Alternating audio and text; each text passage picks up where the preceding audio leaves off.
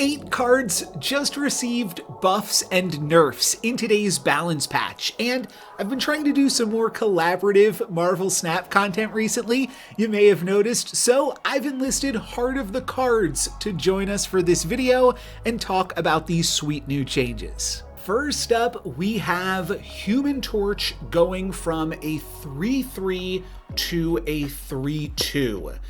This is, I think, a card that a lot of players were expecting could see a nerf in this OTA, and it's a pretty big one. It's losing 50% of its power, and initial power on a doubler is potentially really big after you've doubled it. Like one point on Human Torch is potentially like 300 points or whatever in some games. So that, I mean, those games, it's not really going to matter, right? Like the games where you're moving it 10 times or whatever, it's still going to be huge.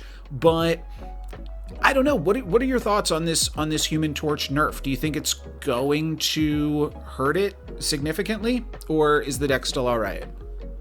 You know how long I've been waiting for this nerf? It's been like 2 months. I'm just happy I'm happy he got nerfed, he got touched. I think overall, he probably will still see some play, but it's a lot more competitive with Spider-Punk right now. Right. Personally, I've been playing a lot of Madame Web Spider-Punk, and that is a really strong combo in general, like, even outside of like purely like move decks that are like all 12 cards are moved, it's been a strong combo. So I think that the 3 spot where that move will still be competitive. And I think Move might not be like the tier 1 top of the meta deck anymore. I can still see people like Sizer and all these like Move heads still having a lot of success, because I still think Move has a ton of tools that aren't just Human Torch, and this is just kind of moving away from having to all in Human Torch, who was an outlier by so much. One thing that I thought of with this nerf in particular, I've been playing a lot of Move this past month just because it's really good, and there's a new season pass card with it, but in my like go-to ladder list, it's the Hellion Heimdall move deck.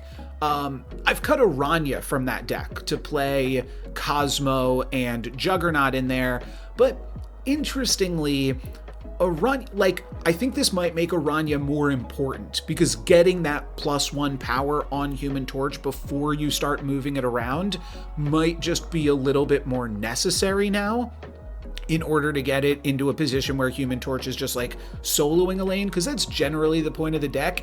Human Torch solos a lane, and then all of your other cards in some combination work to try to win another lane, whether that is Juggernaut kind of cheesing a lane, or Heimdall moving a bunch of cards around, and also like Heimdall and Hellion being 18 points.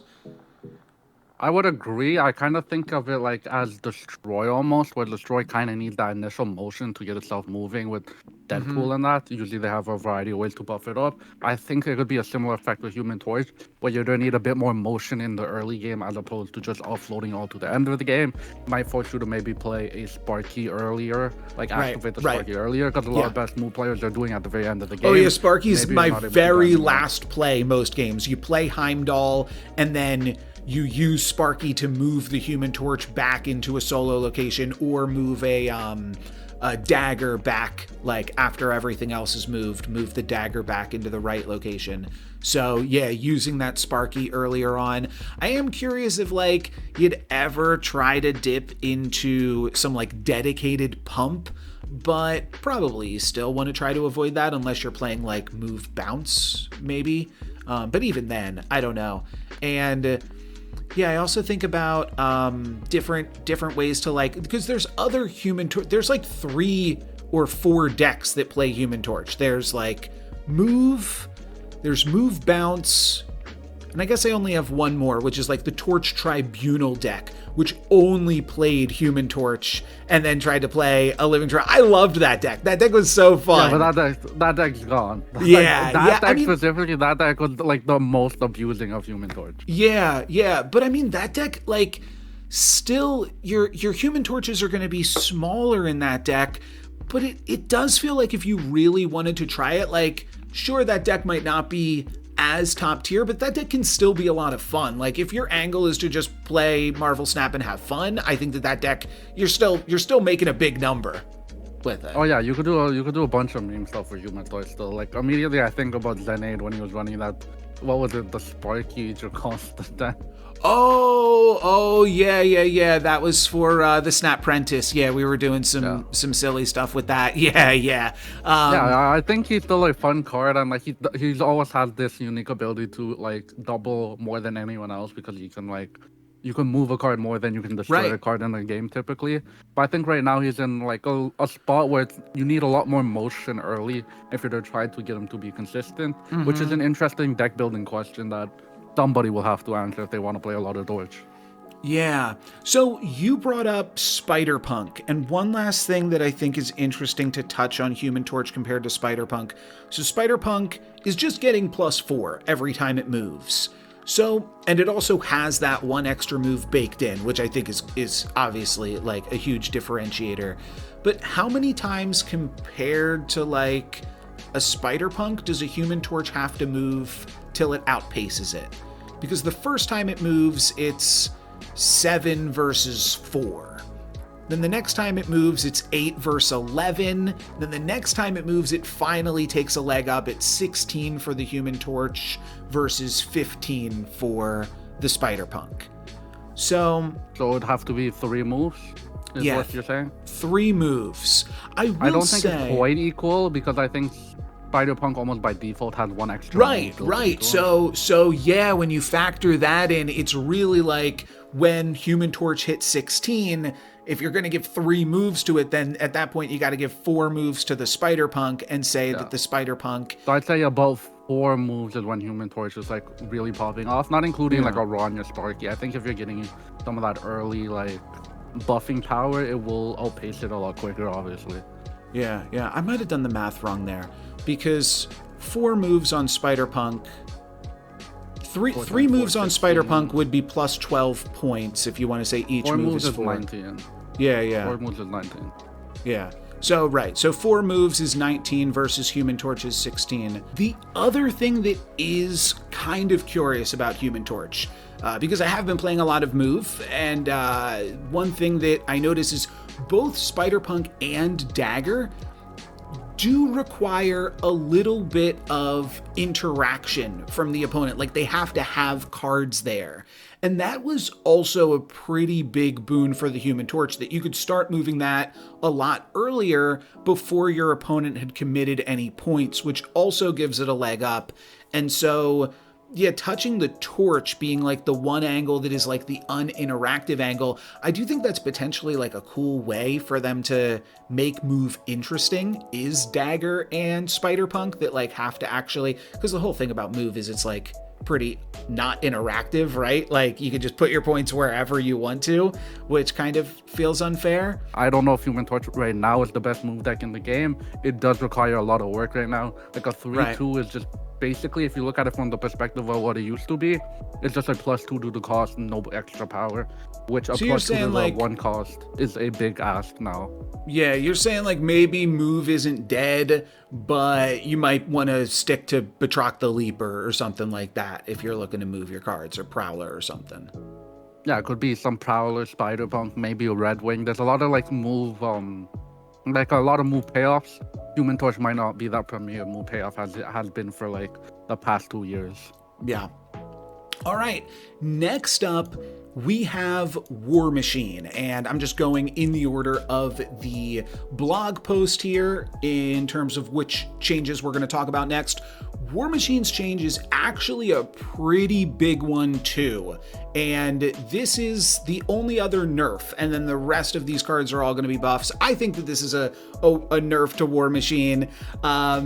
It's interesting because we saw a very, very similar change to Enchantress, and some people arguing that that was a buff. But War Machine is going from a 4/6 to a 5/9. And primarily, that is going to limit your ability to Legion War Machine people out of the game. That's the whole purpose of this change here. So it's like kind of a buff to War Machine in a vacuum, or potentially for some strategies, but overall a nerf to the one specific angle that isn't fun. You said it best. I think War Machine, if you like that toxic play pattern, at least I think it's a toxic play pattern of Storm, War Machine, Yeah. Legion, then if you're playing that type of game plan, it's a nerf for you. But if you're doing something that is a bit more power centric and a lot less lockdowny, I think War Machine at 5/9 very interesting. You've Yeah, seen and them constantly buffing Electro, and this is like the one type of like pains that would matter for Electro. Electro being a 3/5 actually matters in a War Machine deck. You ramp into the 5/9 War Machine, and now you have a reason to play a ramp deck. You can put other ramp cards like Luna as well.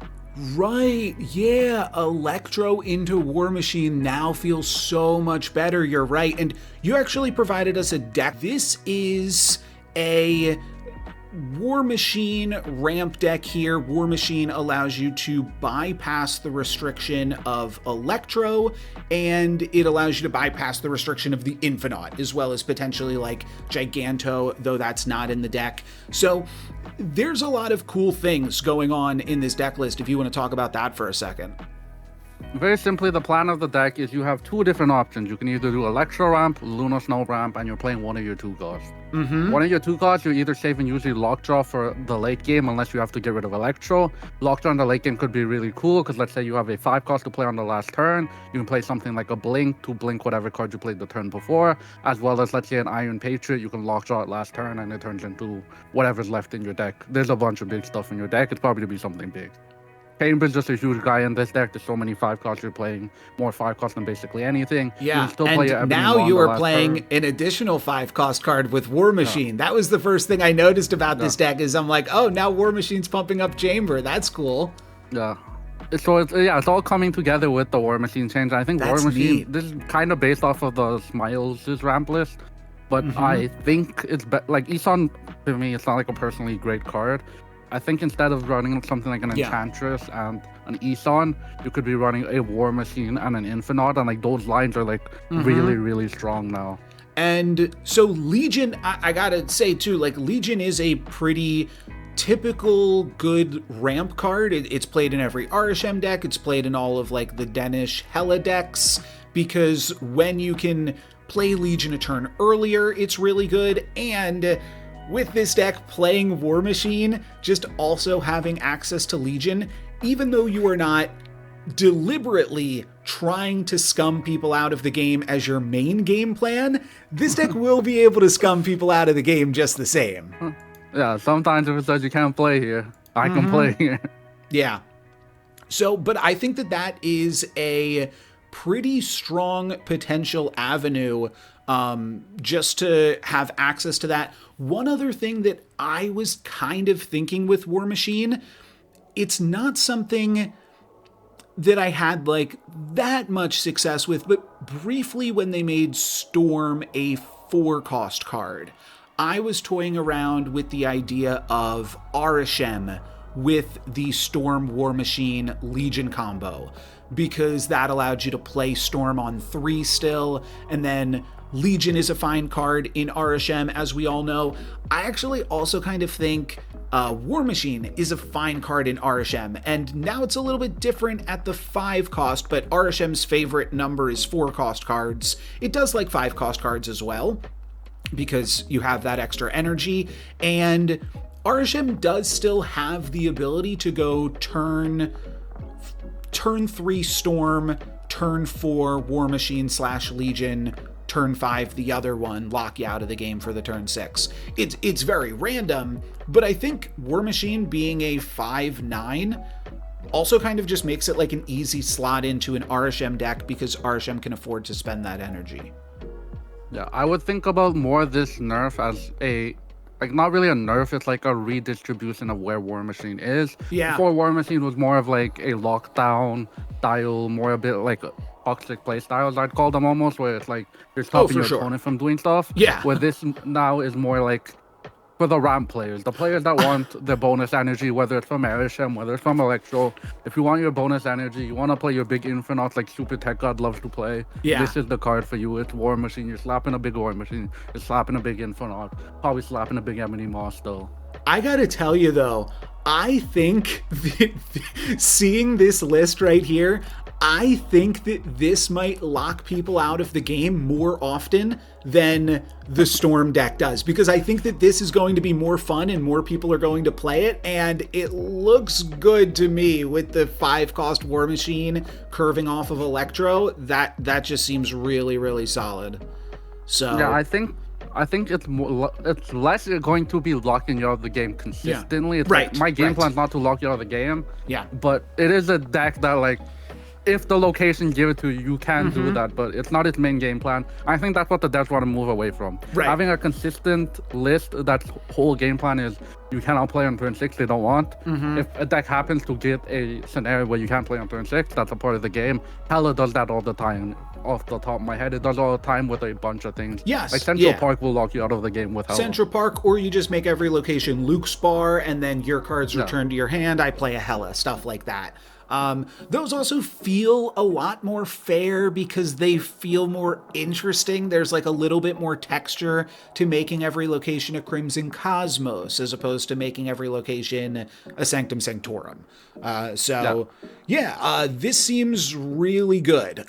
So we'll see the future of War Machine potentially in Marvel Snap. We are now going to get into a bunch of things that I think can only be looked at as buffs, though. I will say there probably will be a handful of detractors that are sad that they can no longer Fire Lord into Morgan Le Fay, but Morgan Le Fay is, sorry, did I say the wrong card? Air Lord? Is it Air Lord or what is it called? Airwalker. Yeah, they both release together and do pretty similar stuff. I've never played either of them. So many fire people, it's completely valid. Yeah, but Morgan Le Fay is going from a 4/7 down to a 3/4. Same ability, same +3 power, right? On all of the cards that she brings back. So this seems pretty big to me, especially in a month with a bunch of fun Morgan Le Fay cards releasing. Yeah, I can speak on it a bit. One of the things in Marvel Snap, the key dynamics you want to know is you don't want to play a 4-cost on turn 5. It's just very hard to sequence it out with anything else. Having a 3-cost, 3-costs are consistently sequenced with other cards. It opens up a lot of room for the Morgan Le Fay lines. Morgan Le Fay Carnage Morgan, exactly, yep. Morgan Le Fay with Weapon X. Yeah, with fastball, there's so many 2-drops in this game that you might want to do. Even Wild Child that's coming out. Right. Morgan Le Fay with Wild Child. There's a lot of different lines you want to do with that 2-cost, and now Morgan can do that, which will give her a lot more room to breathe. I hit the auto deck button on Morgan Le Fay just to see what the game would come up with. This is a pretty similar list to what Father Newman top 16'd one of the Golden Gauntlet qualifiers with. Morgan, I was calling it kind of like Morgan Bounce almost, or Destroy Bounce, because that's kind of how the deck plays out. You play a bunch of cards that are cheap, you destroy them, and then you bring them back with Morgan, and you get a cheap death. Obviously, Weapon X wasn't in the deck when Father Newman topped with it, but that's just a new addition here. I'm not sure what was in the deck before that, but I'm sure that this is replaceable. If you just hit Morgan Le Fay and hit the auto deck button, you can see what it gives you for your collection. This deck was like a total sleeper going into the Golden Gauntlet when Father Newman, I believe it was a top 16, but when they placed with it, and then it was like never really heard from again. But the fact that someone can show up to a high-level tournament with it means that this is like probably always been a strategy that's been a little bit underlooked. Yeah, 3-cost Morgan seems really, really good to me. Off the top of my head, you could also just consider putting like an X-23 in here, then you can play Venom and Morgan. Oh yeah, this list has got it. Yeah, you consider playing a Wild Child in here. Wild Child and Morgan, you can play the 2/9 if you put a Blade in this list. With a Morgan, Morgan actually brings back not only destroyed cards, he also brings back discarded cards. Right, yeah. So that's interesting, and we're going to have even more support for Morgan coming out soon with Marrow, one of the I think that's the Series 4 card coming out on December 18th, I believe. So -7 power. Yeah. Oh, right. Yeah, that was actually wrong in the blog post. So slight correction or another buff that isn't listed in this patch. But yeah, Marrow's actually a -7. I think that, yeah, that's the craziest thing about this is this almost feels like Morgan Le Fay's season. And they're just like every card works with her, and now she's going to be even better. So this was already a card that me and Smalls mentioned like multiple times in our video the other day. And yeah, it seems like it's just going up in stock. Grab your Morgans right now. I will say, I think they did something very intentional with this patch, and it feels like they are trying to support specific archetypes. It feels like the Morgan style of decks they're trying to support. Yes.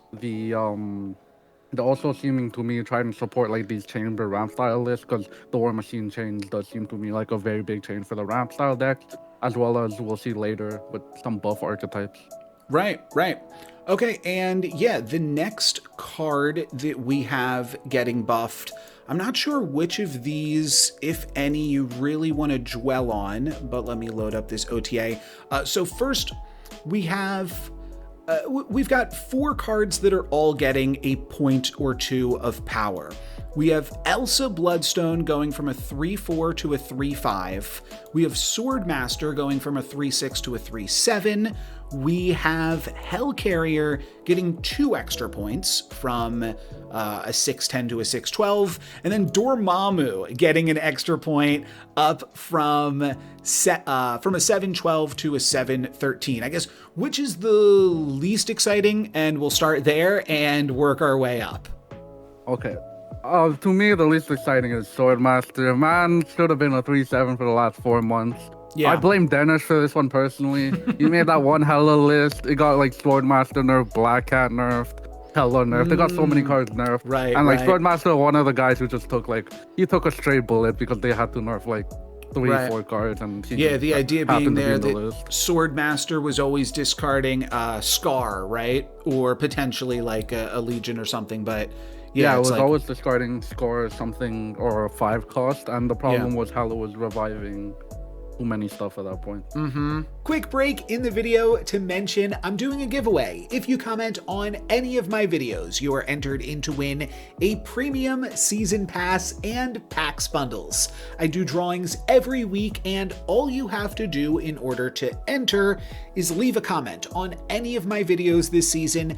Every time you comment, you are entered one time, so you can comment on all of my videos to have multiple chances to win, and make sure your comment includes the word snap. That way I can find it, because I upload from other games as well, and I don't want somebody else randomly. I want to make sure that somebody that wins the season pass wants the season pass. So comment snap on my videos and enter for your chance to win. This is like a card that there's so many hoops you got to jump through to get this thing. I wasn't sure. There's some Dormammu defenders, right? Some people really like it. But just for fun, really, right? There's a joke in the community. There's like 2 or 3 cards that it's like every other month we have to get one of them buffed up. It's Electro, it's Dormammu. Until this guy reaches like 15 power, maybe. Dormammu's probably to be a bit weak. I could see him hitting 15 power by the end of next year. But like the 3rd or 4th buff on Dormammu. Yeah.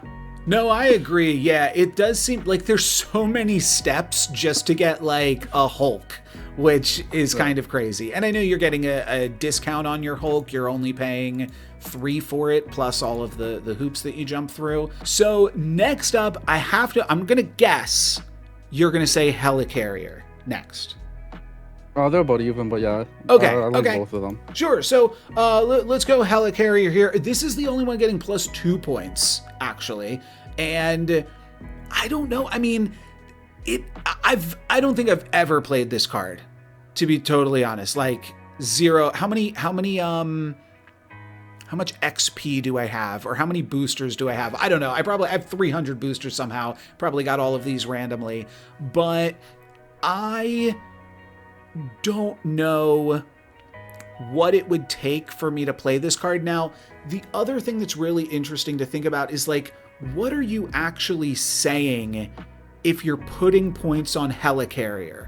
You're saying this has extra points if it's like discarded to Dracula at the end of the game. Is that what you're going for? Are you like somehow bringing this back with Morgan or Ghost Rider? Like what's the angle here?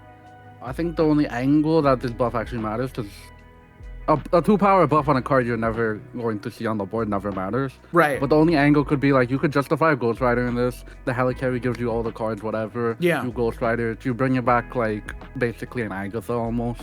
Right. You know, people use that as a real game plan where they bring back the 6/12 Agatha.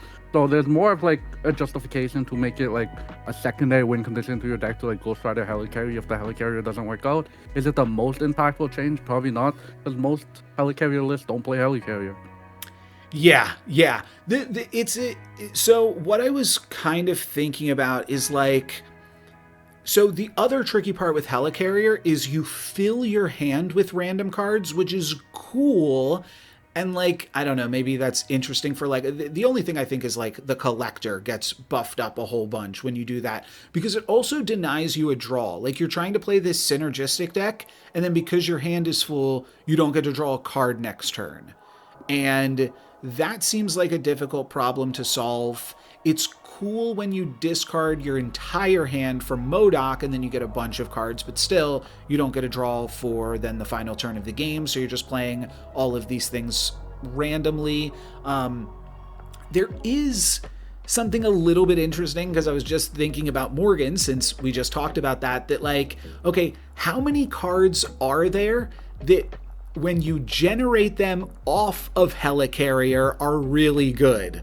And the main one, I think, would be Morgan, because then you could bring it back. Or Ghost Rider. Victoria. Hela. I was thinking Victoria Hand. Oh, that's cool. Victoria Hand generated from Helicarrier. Yeah. Huh. Now, interestingly, I was actually thinking about this earlier today. Morgan Le Fay returns your discarded and destroyed cards to your hand, so she doesn't work with Vicky Hand, unfortunately. So, yeah, that would be like a cool... I mean, not that Victoria Hand needs additional synergies, right? But here's another one, Helicarrier, if you're looking for it. Yeah. So there's some interesting like angles with Helicarrier. I think Helicarrier is just to be one of those cards. They can pump as much power as they want. It doesn't matter unless you're playing like Iron Patriot. And you get Helicarrier. Yeah. Right. Like when you get this randomly off of an Iron Patriot, you mean? Yeah, like when you get a 2/3 color. Yeah, so this is an Iron Patriot buff. It's an Arashem buff. It's a Nick Fury buff, right? Yeah. That's fair. I mean, that is true about all of these cards getting +1 point across the board. They are buffs to Arashem. Yeah, it's just one of those cards that like it doesn't matter on itself, because how many people are like playing Helicarrier on their actual board? Not many. Yeah, I mean, I've like seen it once every 6 months or something. How many people are playing it on the board? Right. No. Yeah. Even in those scenarios, no. Right. Other than randomly generated. So last of these tiny buffs here, we have Elsa Bloodstone grabbing 1 additional point from 3/4 up to 3/5. Elsa, formerly like a pretty solid all-star across the board, and she is in decks where like you care about these small amounts of points and you're trying to keep all of your locations competitive while battling across the board. So 1 point could be useful on her. It's not, so I was free to play back when she came out, so I never played with Elsa when she was like at her height. But what are your thoughts here on Elsa grabbing another point? This is a good card. Like, I think it's just flat out a good card. Yeah. Something just very, kind of forgotten about very recently? specific about 3. No, not really forgotten about. Something very specific about 3 cost. 3/4, not great. 3/4 is usually not great. They really need like a strong build around effect. 3/5, you start just considering playing them for stats, and then you like have little synergies here. I used to play Elsa in like a Surfer deck, where it's like you can just start buffing up stuff like your Maverick gets a +2, maybe you Prodigy your Elsa, your Sam Wilson can fill a lane, unfill a lane, fill a lane again. Like there's some synergies there. I think at 3/5 she might make it into a list, she might not. It really depends, but 3/5 is the stat line where 3 costs start to care about. like, oh, this card's a 3/5. It's a lot more easy to justify it as not the build around card in my list. So is there any, you think it's just like solid in just like a bunch of different random decks, like Silky, Smooth decks, Thanos decks, anything in particular you're looking at for it? I would think if Elsa ends up finding a place, it'd probably need to either be like a dedicated Elsa list if like the new cards happen to help out in the Dragon season, because there's a lot of them. Oh, like 3 Elsa cards. Yeah. Okay, so there's this the is Dragon when you're prep playing 2 cards, and when you there's play also one Kitty cost Pryde card. Yeah, there's a lot of Elsa potential with those Dragon cards. Apart from that, I think maybe you could try to justify it in like any Sam Wilson type list. Right. What Sam does with Elsa is Sam lets you fill the lane, put the card there, unfill the lane, put another card there, and you end up getting like 3 to 4 Elsa buffs because he's filling one lane, and he's filling another lane, and then you just have to play the card wherever the shield is filling. Right. Yeah, and that's what I was thinking. Like, I wasn't sure if just something like Batroc and Silk moving around is something that you're looking to do with this card. Move gets a little bit tricky because you need to have spaces for your cards to move to, too. But yeah, it's possible. And yeah, Sam Wilson makes a lot of sense. When Elsa was at her height, that was before Sam had been released. So it's interesting that might be the best card with her, you think? I think it's either Sam or Kitty. You'd have to be one of those Kitty two Pryde, lists. also very good. Yeah. Just Kitty's very hard to justify in like regular list only. Right. Yeah, but with some additional Kitty Pryde synergies coming out, that's a good call. That's a good call. And I think that moves us on to our final card. It does. Okay, so I actually do not own this card, and I'm pretty sure you don't do not either. either. Yes, I am going to own this card. But here's the thing. So I've got my screen up on the collection for the viewers right now. So I went to like unowned cards, right? And then you do on reveal. It's a 4-cost on reveal card that I don't own. Wait, it's not here. How about let's search Spider? It's still not here because I have not seen anyone play this card.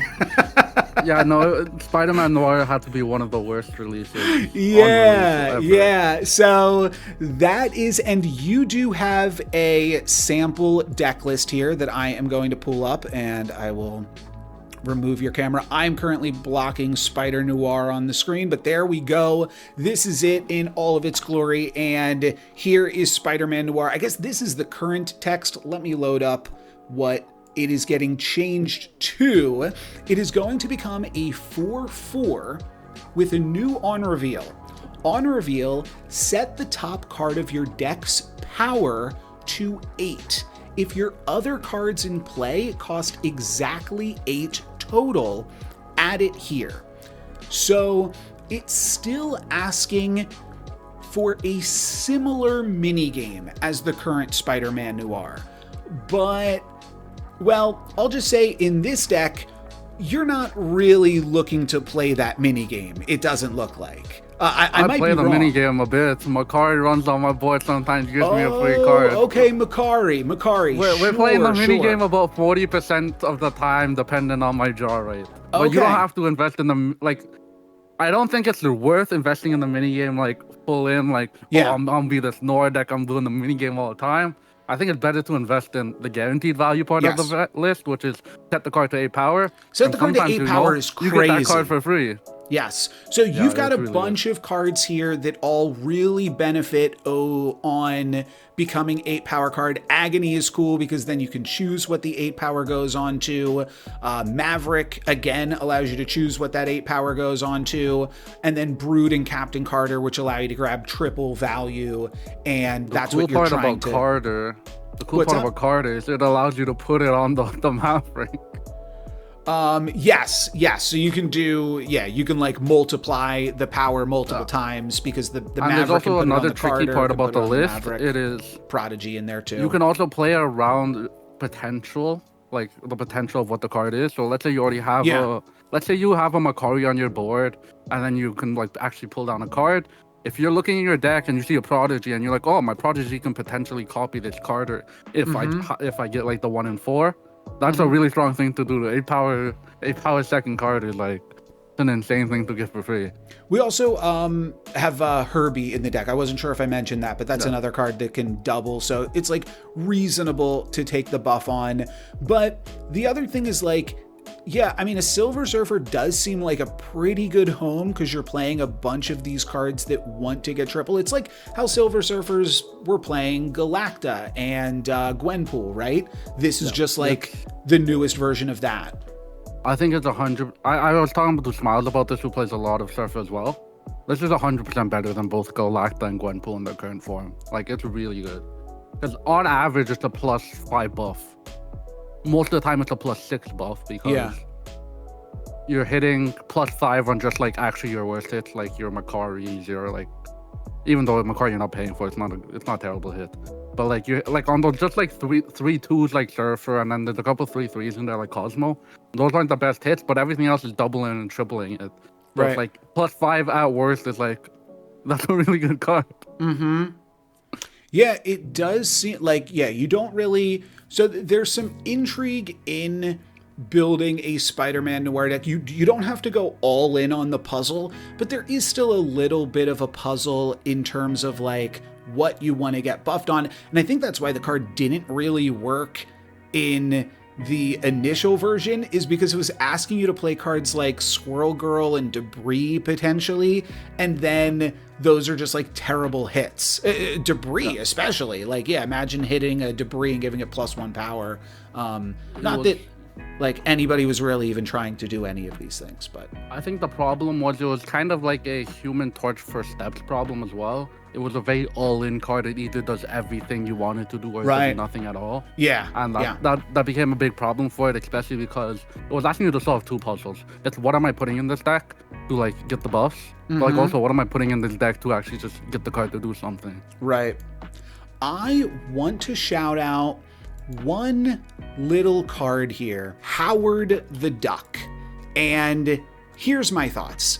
I know that you don't have to control what Spider-Man Noir actually hits, but it is such a powerful effect that just having a little bit of control on that, I think, is actually pretty good. And your list doesn't play any, but only plays one cost card with Agony. So like the chances of being able to get that bonus card draw out of Spider-Man Noir are very, very slim. But by just adding like one more 1-cost card to the deck, I don't know. I guess that doesn't really change too many of your numbers. Why it plays Agony is actually to rig the deck more. It's in which way? By playing Agony, I can always guarantee the curve of 2, 3, and if my card runs on the board, that's another 3, that's 8. If I played any other 1 cost, I can't guarantee that. Agony is there because it doesn't contribute to the board. It doesn't contribute to the board, and it also buffs Carter or Maverick, which are insane, like 3/5 Carter, 3/6 Maverick, or kind of sick cards in general. So it does both of those. That makes a lot of sense. I'm just thinking about Howard into Mr. Sinister into, let's say, any 3-cost card, then Spider-Man Noir, and throwing Mr. Sinister in the deck. And then you have like a potential Spider-Man Noir line. Because Mr. Sinister, I think, is always been the best card with Spider-Man Noir, because it allows you to curve out and then hit the Spider-Man, and it also receives the Spider-Man Noir pretty well. So, I don't know. My recommendation for Noir is don't worry. I personally wouldn't worry too much about what the outcome is. The outcome for Noir is generally pretty good. Like if you're pulling a card, it's a really good outcome. If you're not pulling a card, you can make it a really good outcome if your deck is built around it. So I think he's just like a build around card. He's asking you to play like buff style cards, whether that's a Mr. Sinister, a Brood.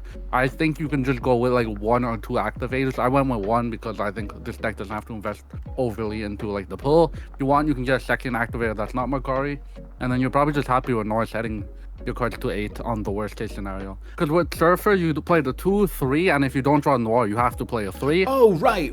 So I can still end up with the same amount of 3 cost on the board if I play a turn 5 Noir.